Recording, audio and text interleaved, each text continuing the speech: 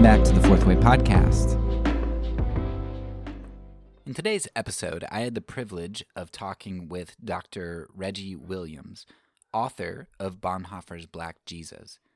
Now, I think this is a really important work because it does something that so often gets overlooked when we have these heroes of the faith or heroes of the nation or whatever, these people who make monumental decisions that happen in a moment but don't come from just a moment. They come from formation over a long period of time. As a cheesy analogy, thinking of a diamond, right, that you see worn on somebody's finger or around somebody's neck, and it's beautiful, but that diamond, the formation of it, to get to the point where you see that glimmer of light reflected off of it, I mean, that moment of beauty is really brought to you by many, many, many lifetimes, years, decades, millennia of formation in seemingly trivial moments of pressure and darkness, right? Well, the same thing is true of people. The monumental decisions that we see people make are done in a moment, but they come from a lifetime of formation. And that is no less true with Dietrich Bonhoeffer. This thing that we praise him for, his stand against the Nazis, was just a fraction of his life. If you take his whole stand, it's about a quarter of his life, which is significant. But even in the war years, when Bonhoeffer was making his stand, most of the moments that he experienced were moments with family and students and fellow disciples of Jesus, laughing, playing the piano, conversing, planning, all kinds of things. And those are the things that shaped Dietrich Bonhoeffer to be able to make those decisions in a moment which we now remember him for. What Dr. Williams is going to argue in his book, and what we're going to discuss here a little bit today, is one of the very formative times in Dietrich Bonhoeffer's life. His time in New York City, not just Union Theological Seminary, because he was actually not too fond of that and had some issues with some of their solely social gospel focus and the lack of theological rigor, but his time in Harlem, his interaction with the Black church and the Black community, which was transformational in his life. Bonhoeffer came over to New York City, somewhat nationalistic, or at least with a strong emphasis on his own people, with somewhat limited experiences, and from a family who was fairly aristocratic, fairly well off. So his time in New York City, particularly in the Black church, where he was able to experience a diversity that he had never really experienced before, and where he was able to experience, or at least see firsthand, the abuse and the oppression of other people, his brothers and sisters in Christ. I mean, that transformed Dietrich Bonhoeffer. In the next couple episodes, we are going to take a look at how Dietrich Bonhoeffer was able to fight off the Nazi propaganda, how he was able to cling to truth and see through a lot of just the terrible ideology that came from the Nazis and from nationalism. But that ability to see through that is going to start here, or at least be significantly formed here in Harlem, where Dietrich Bonhoeffer was discipled. Because as I argued in my discipleship season, it is discipleship which gives us a vision to see. And that can either give us a vision to see what we're indoctrinated with, or it can give us a vision to see truth. And here in Harlem, Dietrich Bonhoeffer was exposed to the true reality of the world, the reality of oppression and evil that exists, but also the reality of the cross, the reality of Jesus present with us, and how we as his community were to be with one another and be the hands and feet of Jesus. And that is going to enable Bonhoeffer, when he gets back, to seek to disciple others and continue to be discipled by what he learned and by the Jesus who is seen in the Sermon on the Mount. This Jesus who is not always easy to follow because he's idealistic. He has these ideals and he demands no compromises. But he is also a Jesus who never leaves us or forsakes us. He is always with us. So hopefully you enjoy this discussion with Dr. Reggie Williams today, and hopefully you go and pick up his book because he gets into a whole lot more than I get into here. Also, check the show notes because Dr. Williams has he was a huge contributor to a documentary on Dietrich Bonhoeffer, and he has provided some ways that we can access that material because it's not quite out yet. So if you go to the links in the show notes, you can find some of Dr. Williams' other interviews and discussions on YouTube, but also you can get access to this documentary on Bonhoeffer. So I think that's all. Without further ado, here is the discussion with Dr. Reggie Williams.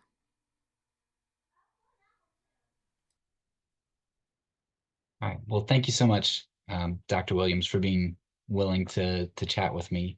I've been looking forward to this as I was finishing your book, and it's always really exciting to me to be able to talk with the people that I'm reading from, because as much as you write down and as much work as you put into it, there are always so many questions that are yet to be answered. So hopefully we can get to a couple of those things today. But first, I would love for you to introduce yourself and just tell us a little bit about yourself and how you came to study Bonhoeffer. Sure. Nice to meet you. Good to be with you and your listening community. My name is Reggie Williams, and I'm an associate professor of theology at St. Louis University in the city of St. Louis. This is my first semester out here in St. Louis, actually. I've just moved here from Chicago, Illinois, where I was a professor of Christian ethics for the past 12 years. And before that, a year at Baylor University as a Christian ethicist. And before that, I was in Pasadena, California, where I was finishing my degree. In Pasadena, I came to the study of Bonhoeffer because my mentor, Glenn Stassen, made quite a number of Bonhoeffer scholars. He was very interested in and actually a mentee of Dietrich Bonhoeffer posthumously, mentored by Dietrich Bonhoeffer. And Bonhoeffer was very important to him. And he just passed on that love of Bonhoeffer. So that's how that happened. I came to Bonhoeffer studies in my first year of a PhD program. Back in, I want to say, when was that? It took me 4 years to do my degree. It was maybe 2006 or 2006, 2007, something like that, when I first met Bonhoeffer. Actually first started studying him intensively, but I encountered him as an undergrad, much longer ago than that. Yeah. So one of the things that I've really liked about your book, the perspective that you're able to kind of bring to it, is that you really focus on a part of Bonhoeffer's life that I feel you don't get from too many other sources. There are a lot of other sources that kind of they touch on his time in the States, and particularly in Harlem, but they don't really frame that as a pivotal time so much. It's just kind of part of what Bonhoeffer, part of his story. And I don't know, have you seen the new movie by any chance? Yeah. Okay. Yeah, I thought they put a pretty significant amount of time into that, which I thought was great. But essentially, your line of argumentation seems to be that Bonhoeffer's experience in 1930 Harlem, it wasn't just kind of the next step for him, but it was something that was really transformative. And I think before we get into the argumentation of your book, I think what would really be helpful is in order to see that somebody's transformed, you kind of have to know where they were, where they came from. Would you be able to give us just a brief background of who Dietrich Bonhoeffer was when he arrived in Harlem, in New York City at Union Theological? What was he like before the transformation? Sure. That's a great question. Let me begin by saying something to the effect of why that kind of engagement with Bonhoeffer is missed often in the academy. In theological studies, even in our society between Christian communities, things get compartmentalized very easily, very commonly. In fact, they're put in their spaces like a TV dinner in the academy. The peas don't touch the carrots unless they're mixed together intentionally, but the certainly don't touch the steak with its gravy in the tray that it's in. And that's the same way things are in the academy. Dietrich Bonhoeffer is theological thought, German theological thought, and he resides within the classics. But what I have done is taken a look at Black theology, which is the language of Black church. And these spaces, that kind of engagement tends to be with on the recommended reading lists in your theology class, if it shows up there at all. But life is not so easily compartmentalized. His life demonstrates that. He's going to have engagements with different communities, which he did. And this engagement, this crossover between German Theological Academy and a Black church theological academy, if you may call it theological academy at that time, it wasn't in the academy, but it's Black church theological outlook. The social gospel is really what it was. The Black social gospel is where he was moving in and out of, and it had an impact on him. So before he came to the United States, to answer your question, he's one of 8 kids in a very, very wealthy family, a father that's a professor, a psychology professor at the University of Berlin. He's in charge of the Charité Hospital, which is the psychiatric wing of the hospital that's connected to the university. I believe that's, but he's the head of the Charité Hospital there in Berlin, psychology wing of it. And they've got lots of money. They've got,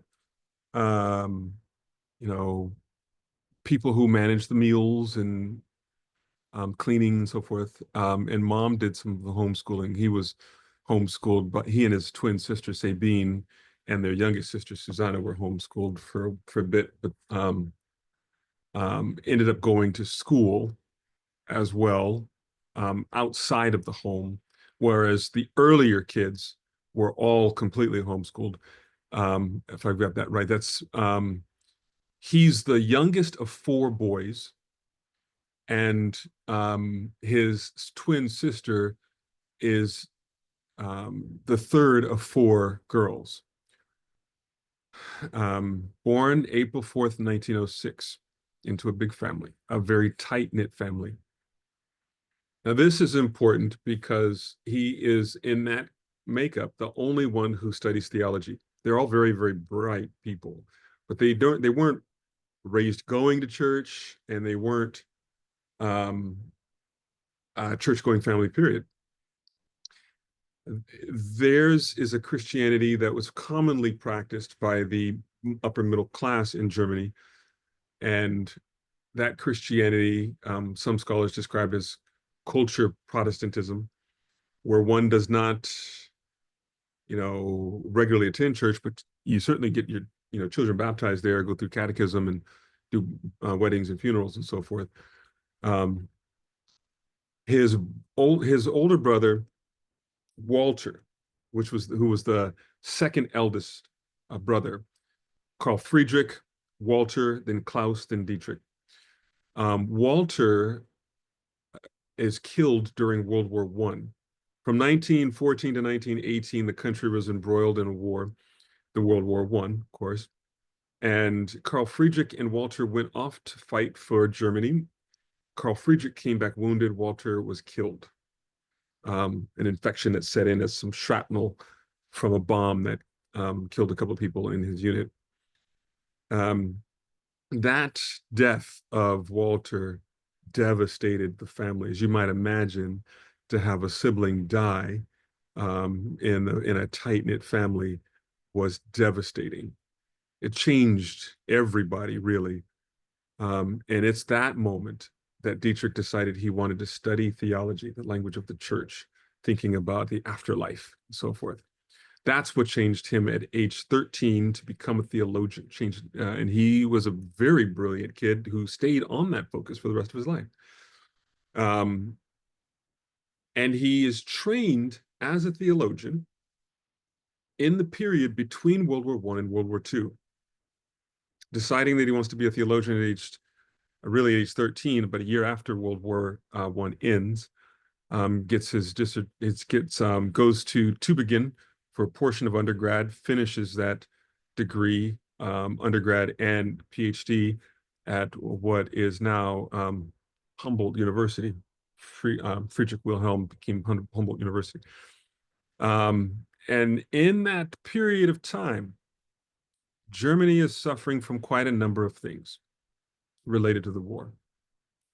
Rampant inflation, there's hunger. He describes eating bread made from sawdust and flour. This is a wealthy family. Imagine what the middle class and the poor were feeling. People wearing clothes made of paper and cloth, in addition to the what will be the Great Depression that hits in 1930.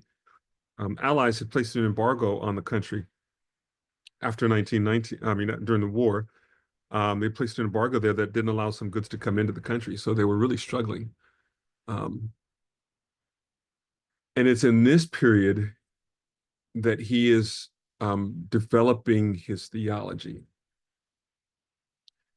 learning, becoming a theologian in the World War I period, thinking about the fall of their country, thinking about war losses and the death that has made its way into nearly everyone's house, missing the earlier periods of a great country and of a close-knit family. He heads to Barcelona, Spain, after he completes his dissertation. He's a vicariate, you might say, somewhat of an associate pastor for an expatriate congregation in Barcelona, Spain. And you can hear some of this longing in him there, where he preaches about 20 sermons or so and does 3 academic lectures, one of them called Basic Questions of a Christian Ethic. You hear this longing in him, talking about being, his allegiance to his people, to his folk, which is a very common German theme at that time, folkishness. It's an ethnic pride, sort of, and the revitalization of his people and fighting for his people. Love for his people can sanctify murder, can sanctify war, these grandiose terms. And in that longing for pre-war greatness, there's also some melancholy, some malaise. He would like to have a theology that matters for daily life. The church to have a response to the suffering that people are going through, the hunger, the hopelessness. Does the church speak in any way to these things? Academic theology doesn't have the answers for him as he's currently contrived it, as he's currently experienced it. He finishes his it's called a habilitation in Germany that qualifies one for teaching at the university. We describe it as something of a second dissertation. We don't have that requirement in the States. Germany is requirement. Finishes his habilitation at age 24. Dissertation completed at age 21. The habilitation at age 24. Inaugural lecture. The title is called, he gets the title private docent, which means he's finished his habilitation. But he's too young to be ordained in the church. He had to be 25 for that. But he qualifies to be a professor with his habilitation done. But he's dissatisfied with how he's understanding Christianity at the moment, specifically how the church speaks to daily troubles and problems. The man in charge of his dissertation process, Max Diestel, wants him to go and look around the world a bit, describes him as ruddy, young, wants him to work on his English. They decide that he decides that the United States is where he'd go. He considered England. The United States is where he'd go. And for Bonhoeffer, New York is where he chooses, not Harvard, not Princeton, Yale, any of these kinds of schools. His brother had done some work at Harvard, and they offered him a position, because eldest brother offered him a faculty position at Harvard. He chose not to do that. But that was all on the table for him, of course. Settles on Union in New York. Union is a bigger place for learning. New York is a bigger place for learning than the seminary. And that's when he goes to New York looking for, as he describes it, a cloud of witnesses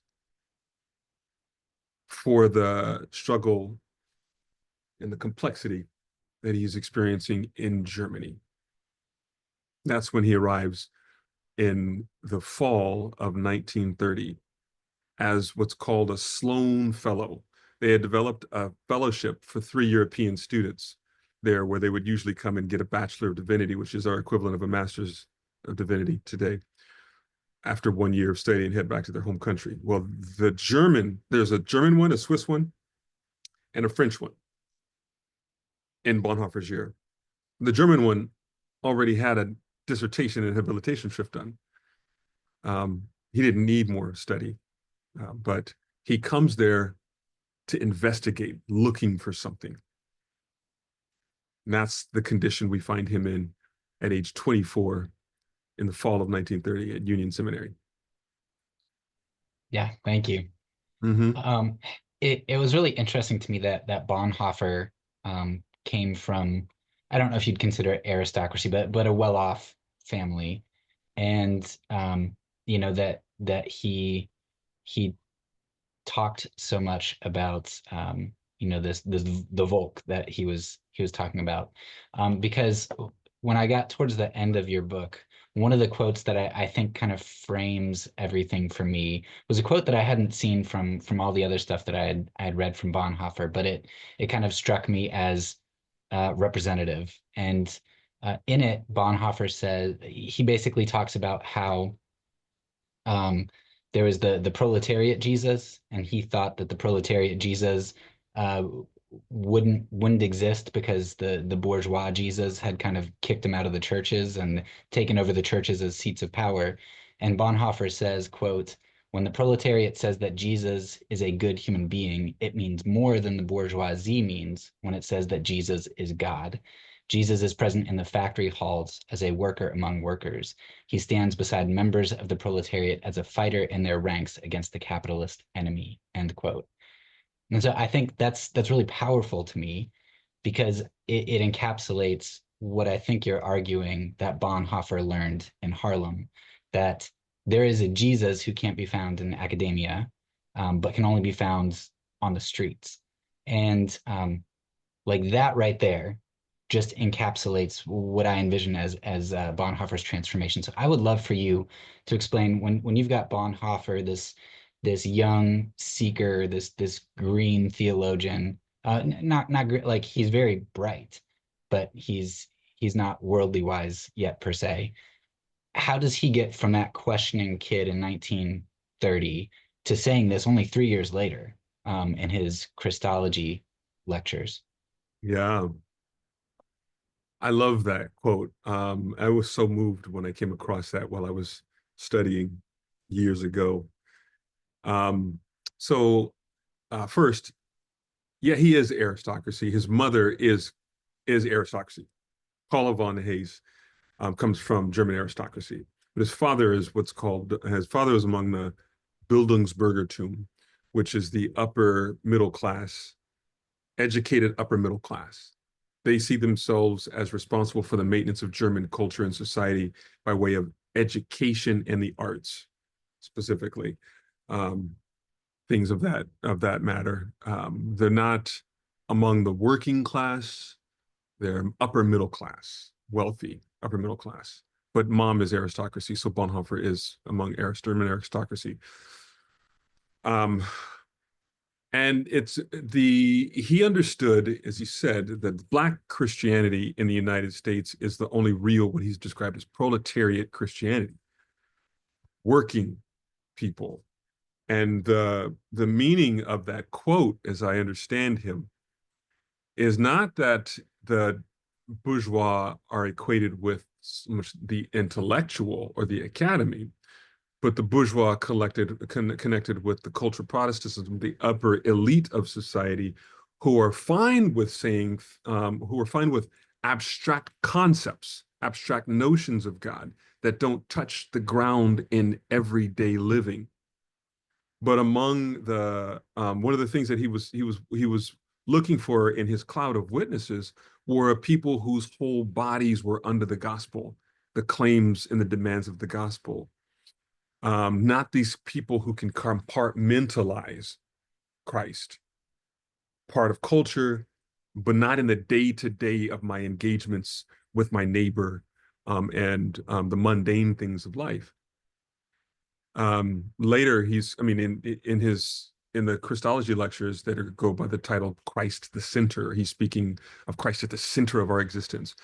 Later in the prison, when he's in prison, he's talking about religionless Christianity in a world come of age, Christ who's not pushed to the margins of society, but that's at the center of our daily existence.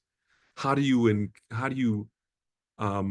recognize Christ in the daily encounter with your neighbor and with all of your ongoing existence, where your whole being and all of your life are under the demands of the gospel? That's not abstract. To say that Jesus is a good man is to recognize that person in the day-to-day of my existence. It's a proximity argument.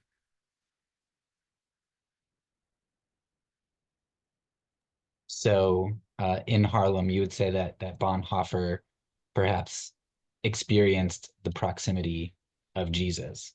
Absolutely.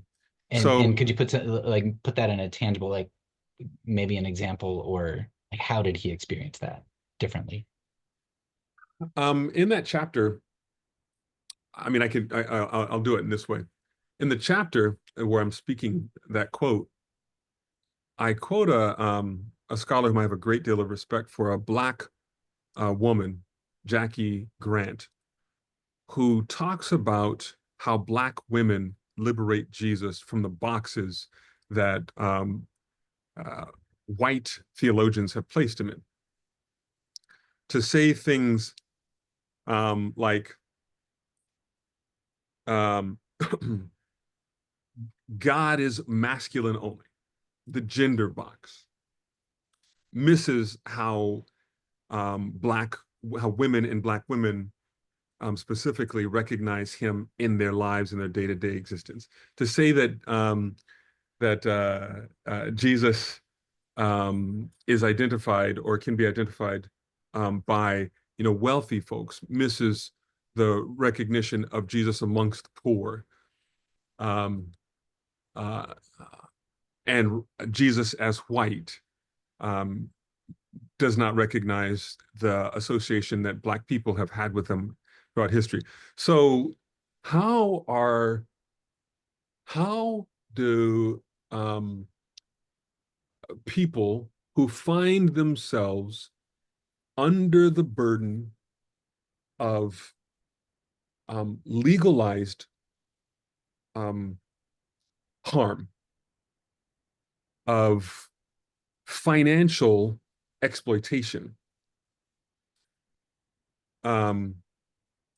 of racial, marginalization, how do they understand the presence of God with them and for them in your average white middle-class evangelical congregation in the United States that may be much more attuned to speaking about life after death and personal piety rather than the day-to-day legal political structures that place restrictions on your life?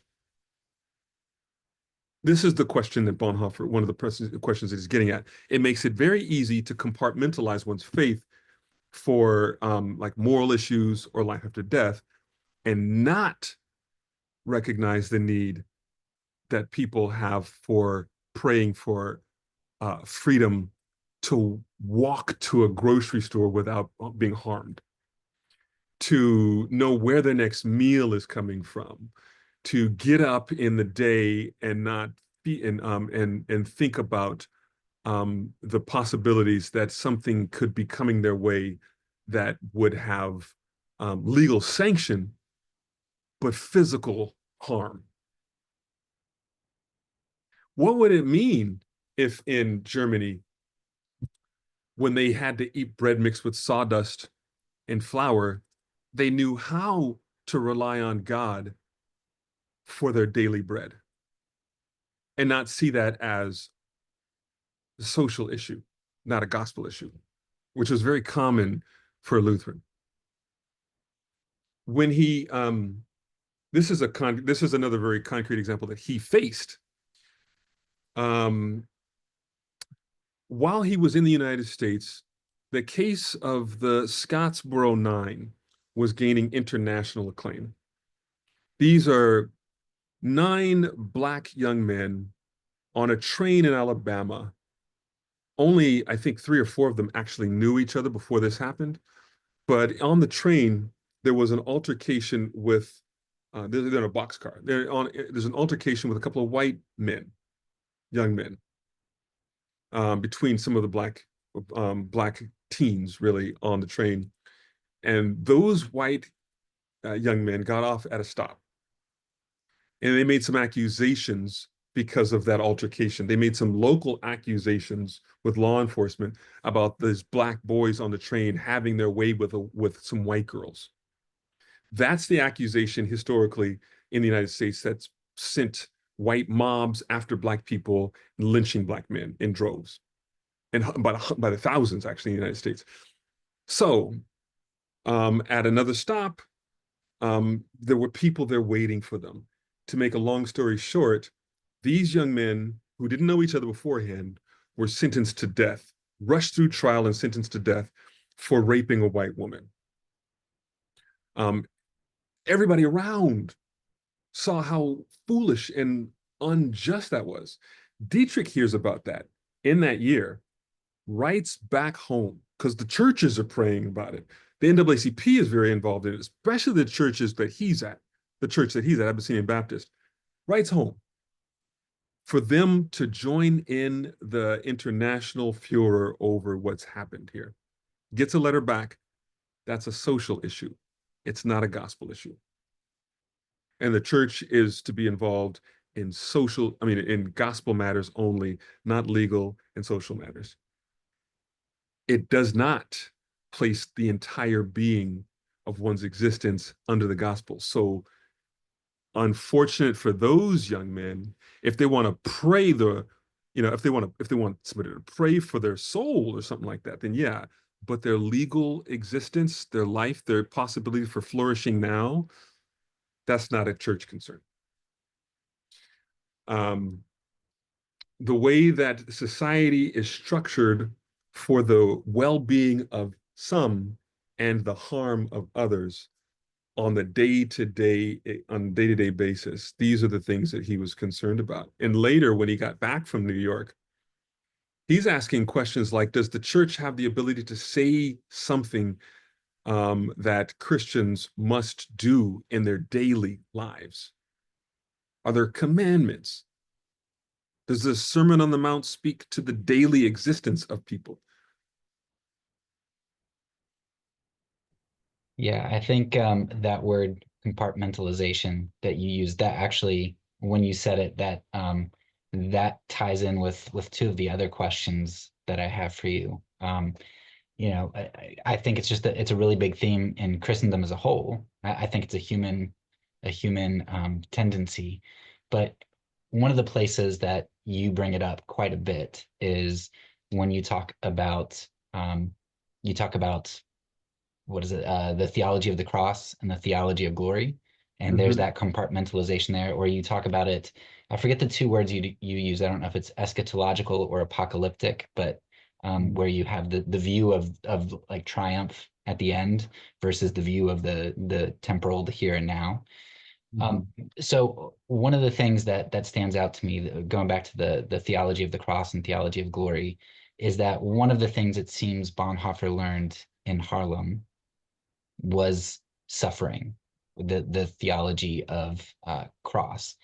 And what's really fascinating to me is that, a lot of populists like Hitler or modern day populists, they tend to meet the masses where they are, like in the beer halls, right? Hitler was very famous for meeting the hoi polloi, the everyday people. He would go to the beer halls, and in fact, they had the beer hall putsch. They even name it after a beer hall because that's where Hitler was going. Yeah. So in a way, like Hitler and other populists, they try to deal with suffering people. They deal with the oppressed, but a lot of times what they do is they end up trying to find a scapegoat. They try to take this suffering and they find other victims to place that on. And that's very Girardian, mimetic. And you had a quote from Discipleship, which I think touches on the idea of suffering, where Bonhoeffer says, quote, "Suffering must be borne in order for it to pass." And I think what Hitler and populists did was they passed the suffering on to others so they don't have to bear it. But what Bonhoeffer had learned, presumably in Harlem, is that suffering under the theology of the cross meant that the Christ, but also by extension us, his body, the church, we were to bear up under suffering. And rather than pass our suffering on and victimizing other people, that we would suffer with and for the oppressed. So I would love for you to talk about the rich theology of suffering. I know James Cone and other people have talked about this as well, seeing Christ, in the lynching tree and everything. What did Bonhoeffer presumably learn? What can the Black community teach us? What did Harlem teach him in regard to suffering and theology of the cross and throwing off that compartmentalization? Yeah. So one thing, first, suffering is not something to be celebrated. Bonhoeffer has this engagement with suffering that is, one, it's something that he does encounter, and I think he learns from in Harlem. I think that's true from the Black church. But we see things through the lenses provided for us by our formation, and it's no different with him. For one perspective on suffering within Black theological, Black theological perspective on suffering is different than the way I would describe this. Very different than what I've experienced with white churches, specifically even like evangelicalism, where suffering may be an indication of lack of faith. Suffering is an indication that something is not right for you. Um, and, the goal of the gospel in one's life is happiness, peace, joy, and well-being. Not a lot of room for brokenness. The connection with Christ is made in a faith-filled life where Christ makes things much, much, much better. Suffering is an indication of something wrong. Whereas at least one perspective within Black theological thought is that suffering is not an indication of something wrong for or with you. Suffering is an indication of the powers that be doing of fallen powers and principalities moving in upon one space. And that is what we see from this theological perspective with Christ. Christ is with those people for whom the principalities and powers have moved upon in a harmful way. Christ is with them in the workers' hall. Christ is with them in the noose and on the cross. The people who themselves are pushed out to the margins of society by oppressive powers and structures are there with Jesus. The song that I put in chapter 1, "Were you there when they crucified my Lord?" This is a perspective on suffering. I was there. We were all there. Now, what role did you play in that moment? Did you have hammer and nails? Were you on the side of principalities and powers? We recognize our connection with Christ there on the cross, who identifies with us. It's not something to be celebrated. It's something to be acknowledged, that we are recipients, like Simon of Cyrene, who picked up that cross, and when that black body touched that cross, black people picked up the suffering of Christ as well. He identifies with us, and is, as such, Sunday is coming. It's an interesting question that brings up, other corresponding questions of theodicy. You asked that question as well earlier, but theodicy, it's interesting there are some who say that Black people aren't asking the questions of why, Lord. Anthony Penn, a scholar friend at Rice University in Texas, has a whole book titled Why, Lord, where he says that Black people are in fact asking these kinds of questions. But there is not a thoroughgoing, so far as I can see, thoroughgoing theology of the problem of evil, and a thoroughgoing engagement with the problem of evil. It's just a recognition that if God was with Christ on the cross, then God is with Black people in suffering, that there is that connection that's made there, and that we know that evil does not have the last word.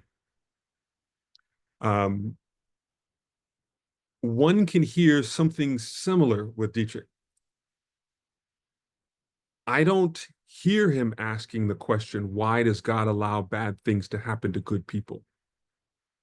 The question for Bonhoeffer is, who is Christ for us today? What is God's will? Standard question.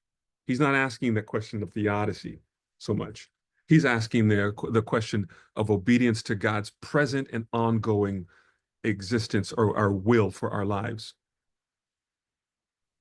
Yeah, I think what you said, the part where you mentioned that suffering isn't to be celebrated, I think that's really important, and especially as somebody who comes from a position of nonviolence, you recognize that there's going to be a lot of suffering, and you're going to be on the side that does a lot of suffering, and that is not to be celebrated, but it's to be expected.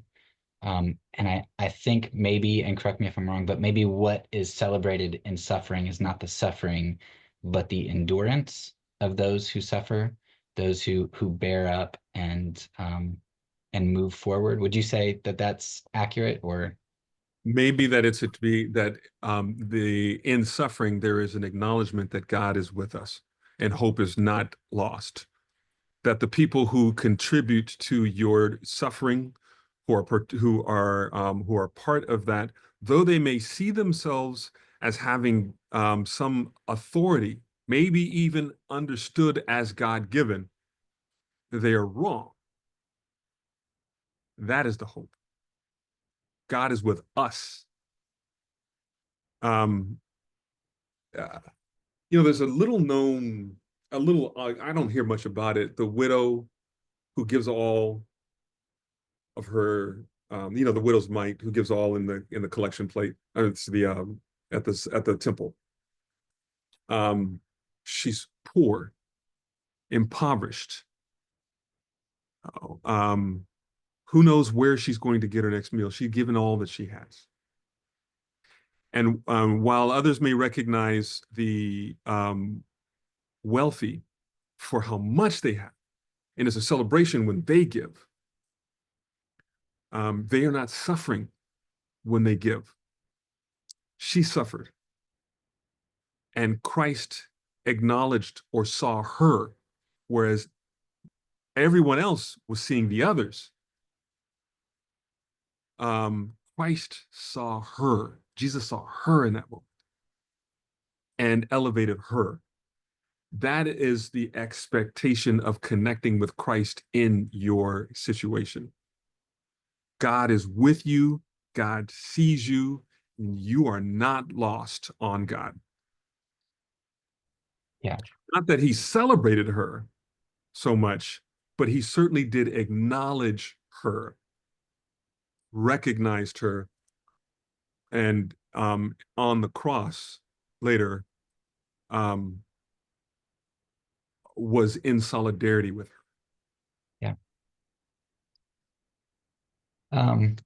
One of the other questions that I had for you in regard to compartmentalization is, as I was reading through, it was fascinating but sad to me to hear that many of those who stood against the Nazis, I had assumed that Bonhoeffer, had this group of people, small group, but a group that stood up against the Nazis with him.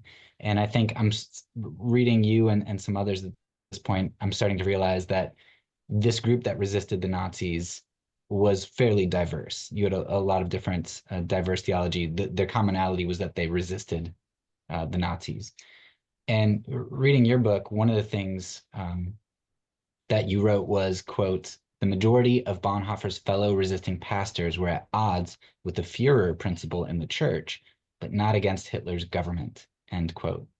And so the way that I read that is essentially that these resistors, a lot of the resistors, along with Bonhoeffer, they didn't want the Nazis to encroach on their power structure inside the church. They didn't want to be imposed upon by the government in their domain, but they didn't so much mind what the government was doing in order to make Germany great again. Or like somebody like Niemöller, maybe he wasn't wild about it, but he went along with it um, for a bit. And so it's like they wanted power in both realms. They wanted to keep the power in their church, and they were okay with Germany getting more power because that helped them as well.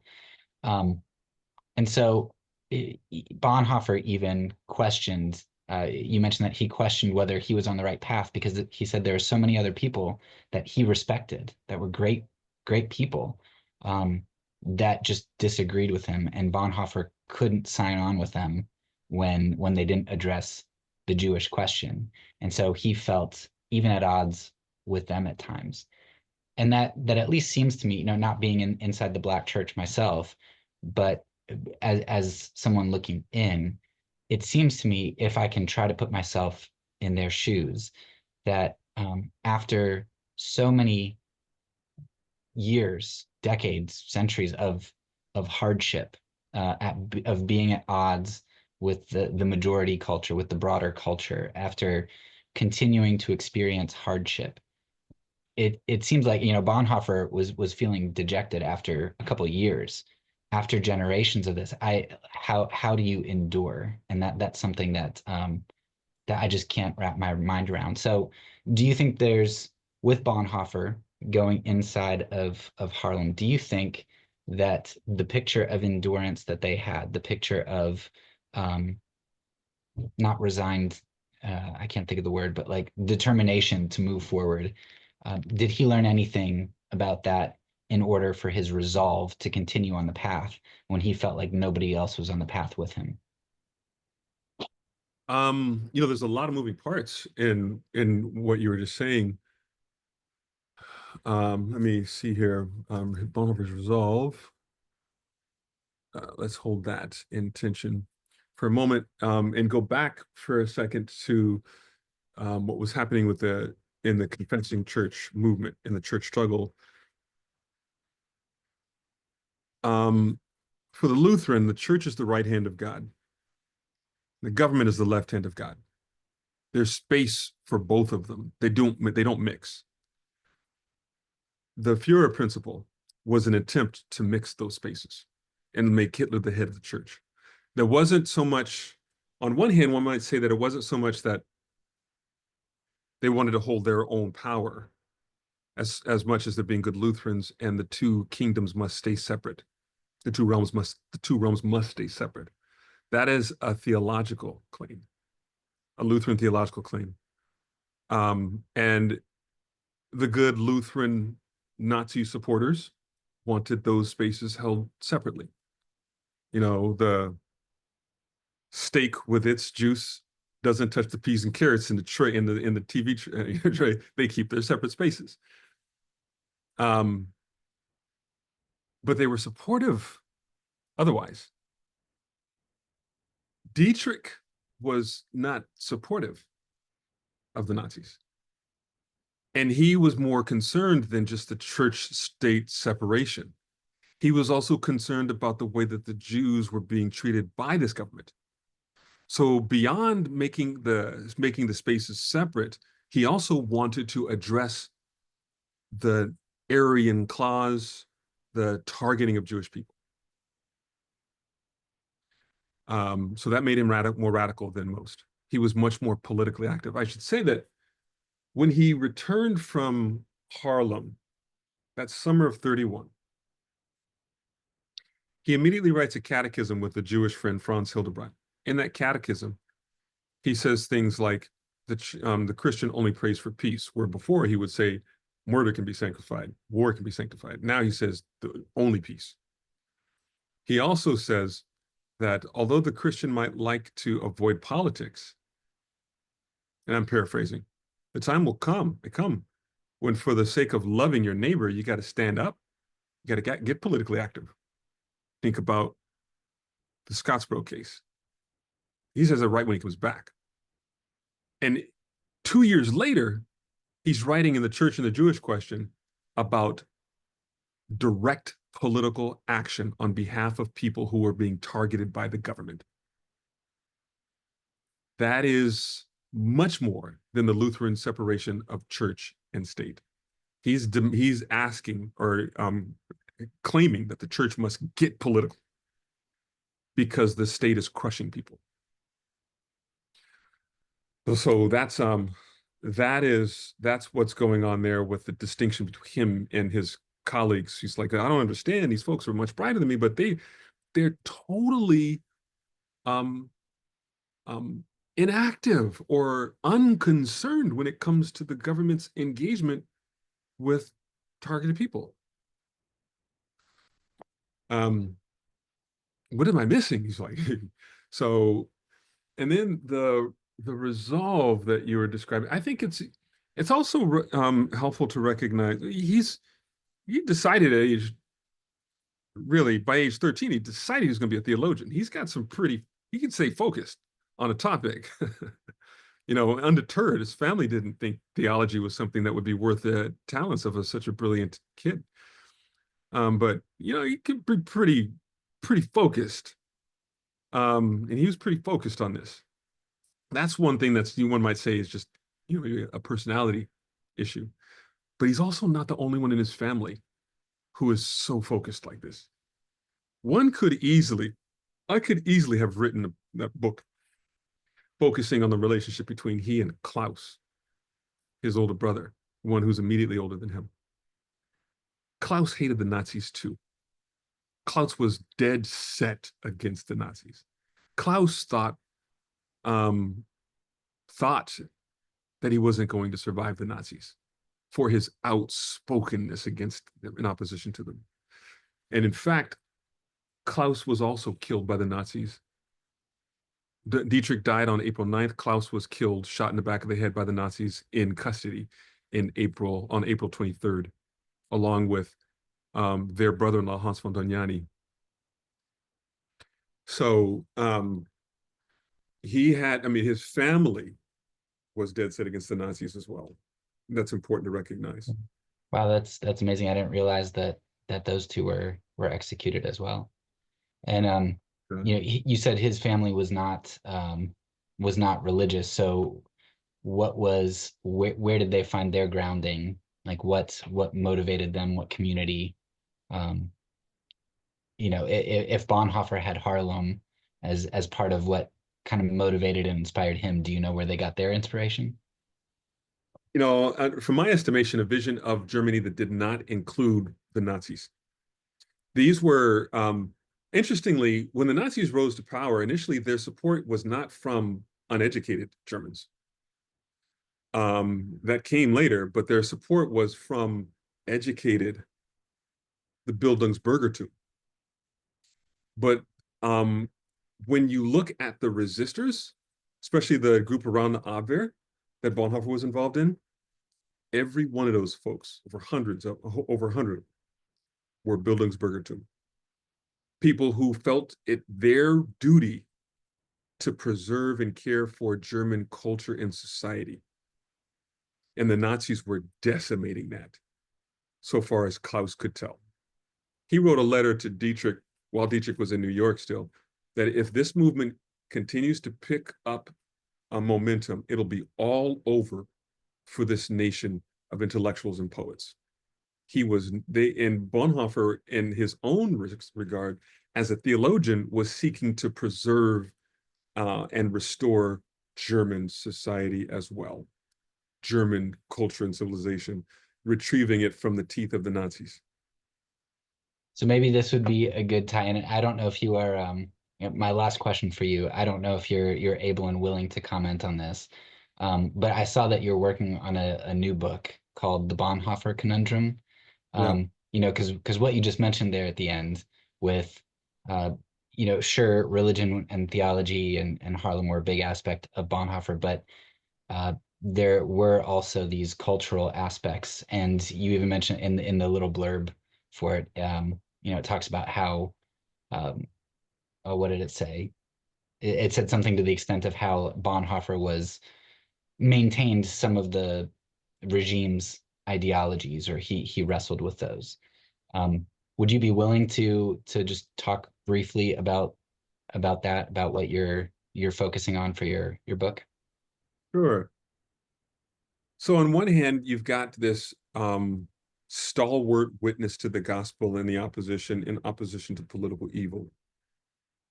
And as he describes in his theological project, Christ as the vicarious representation for us before each other and before God.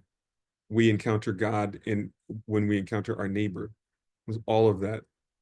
And it's very important as we acknowledge encountering God, that means that when we harm our neighbor in any way or in any way, form or fashion, you are, as it were, participating in the crucifixion with a hammer and nails. And now that's just me embellishing that to some degree, but it has that resonance to it. This is just encapsulated here. I'm just do this in a nutshell here. But this Christ concrete in the world that we are to interact with for Bonhoeffer is also the unified West. For him, Christ is manifest as Europe and the United States, the very colonial structures that give us a racial narrative and a parentage, kind of first, third world engagement with the rest of the world. This is a very German, move it from the German-centric ideology of the Nazis, and it is a clear Western colonial holdover, with Christ as the representative of imperial presence, culture, and civilization. So would you maybe say that that's maybe synonymous with like a paternalism of sorts? No, yeah, that's that imperial paternalism. Okay. It's Yeah. the same ideology that gives us that comes from the Berlin Conference, that gives us the scramble for Africa and the spread of civilization that the European powers are responsible for doing. That to recognize the presence, the physical manifestation on earth as Christ, is to turn Europe into a people-making process. Europe and the United States as the civilizing practice. Now, one might say he's just a man of his time when he's doing that. But, he's been to Harlem. He studied there. They would not be saying that. They were not saying that. In Yeah. fact, yeah, they were arguing in opposition to the power and practices of colonialism that makes Africa subjects of Europeans. Yeah. I know coming from my community where, I mean, even back up until 2014 or 2015, where I struggled with, with the violence with Michael Brown and, Philando Castile and everything, it was really hard for me up until, the 20 teens to see things differently outside of my white community, because in my heart, I wouldn't treat somebody that was different than me poorly. I didn't see or want to see the systemic violence that exists, which is indirect violence, that masked violence. And so I would imagine it's hard to think of Bonhoeffer as a bad colonialist type of guy, because he wants to save people. He doesn't want the treads of empire to run over the Jews that are in front of him. But he doesn't see the violence that is inherent in empire, on the fringes where it's harder to see, I guess. Yeah, because it's easy to have racism be described as malevolence or hatred towards people who are less than you. But when you recognize that the claims of hierarchy include be nice to the people who are less than you, that the Nazis are eradicating and mean and awful, but those of us who are responsible for the maintenance of culture and civilization and parentage of the lesser civilizations and lesser people should be kind, not mean, is also white supremacy. Yeah. So you've got a complicated Christian engagement with fascism in Dietrich, where there's a lot to learn from him, but there's also a whole lot to confront him on. Yeah, I think that's a great place to end, because I did a whole season on propaganda, and one of the things that I learned is that when you have a simple narrative, it's usually propaganda, because there's complexity in everything, and when there's a single narrative, it's a controlled narrative.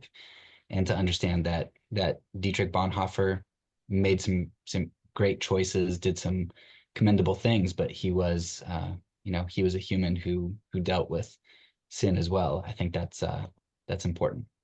Yep, very important. Well, I appreciate your time. Is there anything you want to plug or anything else you want to add that you think was missed? Well, I want to add that I have a documentary that I co-produced with a very dear German friend. It's called The Cloud of Witnesses, and it's a very helpful supplement to, people are willing to watch the movie, which they should, but to hear from German and U.S. scholars, which I have some very, very good ones in the documentary, who are speaking in depth about and in detail. It's about an hour long, about Bonhoeffer's experience in Harlem and how it affected him. It's more than just me, although it's based on the research that I did, but these are scholars who are speaking their own voice, including Frank Fisher's grandson, who's a professor at Columbia University, the late Calvin Butts of Abyssinian Baptist Church, Ferdinand Schlingenzieper, co-founder of the International Dietrich Bonhoeffer Society, Professor Jutta Kozlowski, who is a German scholar who does a lot of work on Bonhoeffer's family, brilliant work. Alan Busak from South Africa. We got South African scholars, John DeGrucci and so forth, U.S. scholars and German scholars. The documentary is called The Cloud of Witnesses. And where can you access it? Well, I'll send you a link. I'll send you a Okay. link.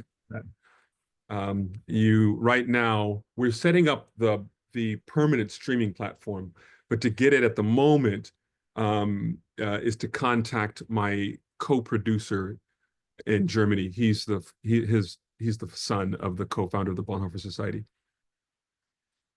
Okay. I'll send you. That'd be great. Well, All thank right. you again. I appreciate your valuable time, and it meant a lot, and it helped a lot. Thank you for having me. That's all for now. So peace, and because I'm a pacifist, when I say it, I mean it.